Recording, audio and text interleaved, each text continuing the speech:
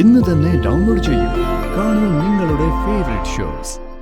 നമുക്കേ വേണ്ടപ്പെട്ട എല്ലാ ആളുകളെയും വിളിക്കണം. എല്ലാവർക്കും സദ്യയും ഓണക്കോടിയും കൊടുക്കണം. തീർച്ചയായും, അത് എനിക്ക് സന്തോഷമുള്ള കാര്യമല്ലേ. നമുക്ക് അമ്മ പറയുന്നവർ തന്നെ ചെയ്യാം. നടന്ന സംഭവങ്ങളെ ഞാൻ അമ്മയുടെ മുമ്പിൽ ഒരു സ്റ്റോറി പോലെ അവതരിപ്പിക്കാം. നീണ്ട കഥ വായിക്കാനുള്ള നേരമൊന്നും എനിക്കില്ല. നീയേ ചുരുക്കി അതങ്ങോട്ട് പറഞ്ഞാ മതി. എന്നാ കേട്ടോ. പറഞ്ഞോ.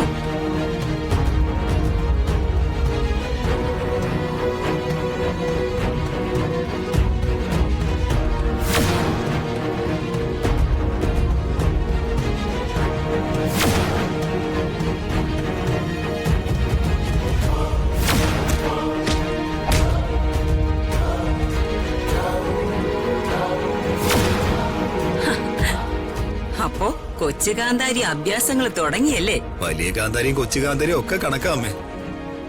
രണ്ടെണ്ണോ നശിച്ചു പോട്ടടാ. ആ ശേഖരന്റെ യാമനിയുടെ ഒരു അഹങ്കാരം. ഇത് വെച്ച് നമുക്കൊരു കളി കളിക്കണം. എന്നിട്ടേ എല്ലാത്തിനെയും അടിച്ച് വെളിയിലാക്കിയിട്ട് പ്രതാപനെ കൊണ്ട് ഇതിനകത്തൊരു ശുദ്ധികലശം നടത്തണം. അമ്മാവന്റെ കാറുവെന്നും തോന്നുന്നു. ഇപ്പൊ തന്നെ ഈ കാര്യങ്ങളെല്ലാം വല്യമ്മാനോട് പറയണം. മകൾ അധോലോക ഗ്യാങ്ങിൽ പോയിപ്പെട്ട കാര്യം അറിഞ്ഞ് കുഞ്ഞമ്മാവനും അമ്മായും തകരണം. ഇപ്പൊ തന്നെ പറഞ്ഞേക്കാടാ. അല്ലെങ്കിലും ആര്യ കഞ്ഞി പഴങ്കഞ്ഞിയ. ഇന്ന് ഈ വീടൊരു യുദ്ധക്കളാവണം. ഇവർക്കാർക്കും ഒരു സ്വസ്ഥതയും കൊടുക്കരുത്. ഒരു ബോംബല്ലേടാ നമ്മുടെ കയ്യിലിരിക്കുന്നേ. പ്രതാപനെ ഇങ്ങോട്ട് വന്നൊന്ന് കയറട്ടെ. നീ വാ.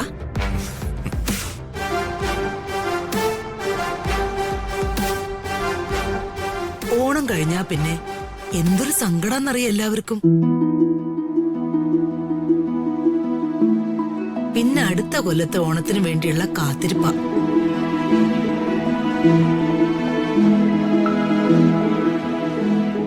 വാ പ്രതാപൻ, ഇരിക്ക്.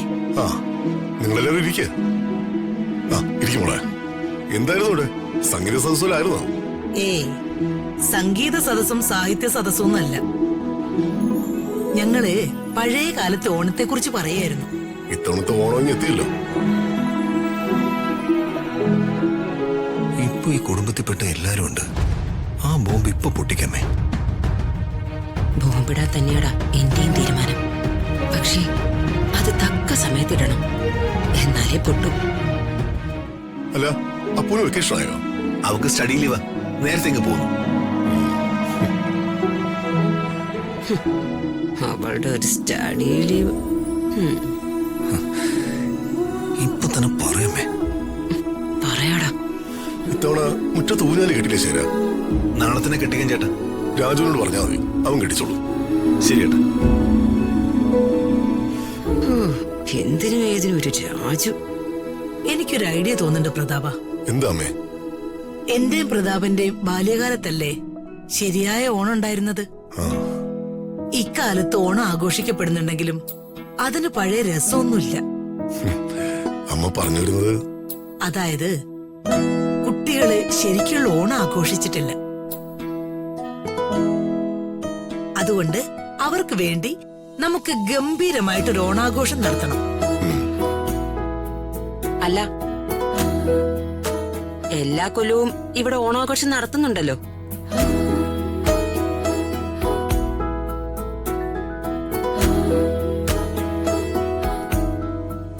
അല്ല, ഞാൻ പറഞ്ഞത്. പ്രതാപൻ എന്റെ ഉദ്ദേശം മനസ്സിലായോ? ഇല്ലമ്മേ. അമ്മ എന്താ മനസ്സുദ്ദേശിക്കുന്നത്? പ്ലാസ്റ്റിക് പൂക്കളും ഫാസ്റ്റ് ഫുഡൊന്നും ഇല്ലാത്ത ഒരു ഓണാഘോഷം നമുക്ക് നടത്തണം. ആ മെസ്സേജ് ഇപ്പൊ അങ്ങോട്ട് അയച്ചാ ഓണാഘോഷം ഇപ്പൊ തന്നെ കലങ്ങും. ഒന്ന് മിണ്ടാ നിക്കടാ. അമ്മ പറഞ്ഞത് നല്ല കാര്യമാണ്. അതിനെന്താ, ഓണാഘോഷം നമുക്കിവിടെ നടത്താമല്ലോ. നമുക്കേ വേണ്ടപ്പെട്ട എല്ലാ ആളുകളെയും വിളിക്കണം. എല്ലാവർക്കും സദ്യയും ഓണക്കോടിയും കൊടുക്കണം. തീർച്ചയായും, അത് എനിക്ക് സന്തോഷമുള്ള കാര്യമല്ലേ. നമുക്ക് അമ്മ പറയുന്ന പോലെ തന്നെ ചെയ്യാം. ശരിയാ ചേട്ടാ. ഓണാഘോഷത്തിന് വിളിക്കേണ്ടവരുടെ ലിസ്റ്റ് എത്രയും പെട്ടെന്ന് തയ്യാറാക്കണം. ശരി ചേട്ടാ. എല്ലാവരെയും നീയും യാമിനിയും കൂടി വേണം വിളിക്കാൻ. സദ്യയും മറ്റു കാര്യങ്ങളൊക്കെ ചെയ്യാൻ രാജുവിനെ ചുമതലപ്പെടുത്തിയാൽ മതി. ശരി ചേട്ടാ. അമ്മയോട് ചോദിച്ച് അമ്മയുടെ നിർദ്ദേശപ്രകാരം എല്ലാം ചെയ്താൽ മതി. ശരി. ശരി അമ്മേ.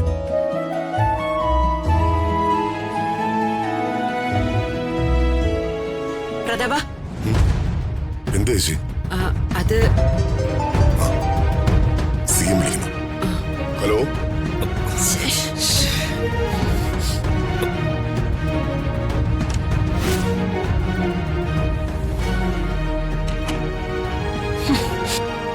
ഓണാഘോഷം എന്ന് പറഞ്ഞ് കണ്ട കണ്ടുകളെയൊക്കെ വിളിച്ച് സദ്യ കൊടുക്കാൻ പോവാ. സദ്യ മാത്രമല്ലടാ, ഓണക്കൊടിയും സ്വർണ്ണ നാണയവും ഒക്കെ കാണും. എന്തിനാ വല്യമ്മാവൻ ഇങ്ങനെ കാശ് വാരിക്കോരി എറിയുന്നത്?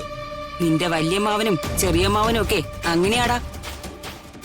ആ കുടവേറൻ മാവേലിയെ പോലെ നിന്റെ രണ്ടമ്മാവന്മാരും വലിയ ദാനശീലരാ. ദാനം കൊടുത്ത് മുടി മുടിയത്തൊന്നുമില്ലടാ. അവരാ ഓണാഘോഷം നടത്തട്ടെ. അവന്റെ അമ്മായിയമ്മയുടെ ഒടുക്കത്തെ ആശയമല്ലേ. ആ യൂസ്ലെസ് ആയ രാജുവിന്റെ വീട്ടുകാരുടെ മുന്നില് ഞെളിയാനാ ആ കിഴവിക്ക്. മറ്റുള്ളവരുടെ മുമ്പിൽ ഷൈൻ ചെയ്യണം, അതിനുള്ള പ്ലാനാ. നടക്കട്ടെടാ, പ്രതാപനും കൂടി സമ്മതിച്ചിട്ടല്ലേ. അല്ല, സമ്മതിക്കാതിരിക്കാൻ ഒക്കൂ? ഭാര്യയെ അടിച്ച് വെളിയിൽ കളഞ്ഞെങ്കിലും ഇവനെ അമ്മായി അമ്മയോട് വലിയ പ്രതിബദ്ധതയാ. പഞ്ചപുച്ച അടക്കിയല്ലേ അവരുടെ മുന്നിൽ നിൽക്കുന്നേ. ഒരു മന്ത്രിയാണെന്ന് ഓർക്കണം. അല്ല, എന്താണ് ഈ അമ്മായിയമ്മയും മരുമോനും തമ്മിലുള്ള കെമിസ്ട്രി? കെമിസ്ട്രിയും ബയോളജിയും ഒന്നുമില്ല. ഈ കാണുന്ന സ്വത്തുക്കളൊക്കെ അവരുടേതാ. ഓ, അതാ ഈ പഞ്ചപുച്ഛം. അല്ല, കൊറേ കാലായില്ലേ മന്ത്രിയായിട്ട്? കോഴ വാങ്ങിയ കാശൊന്നുമില്ലേ? അതൊക്കെ സ്വിസ് ബാങ്കിലായിരിക്കും. ആ കാര്യത്തിൽ അവൻ സത്യസന്ധനാടാ. 10 പൈസ പോലും അവൻ കൈക്കൂലി വാങ്ങില്ല. അതെന്താ, കാശിനോട് വെറുപ്പാണോ? കാശിനോട് അറപ്പും വെറുപ്പൊന്നുമല്ല. അവൻ അങ്ങനെയാ, രാഷ്ട്രീയത്തിലെ വിശുദ്ധനാ. നാറ്റിക്കണമെങ്കിൽ നാറ്റിക്കാം, മന്ത്രിസഭയിൽ പുറത്തും ചാടിക്കാം.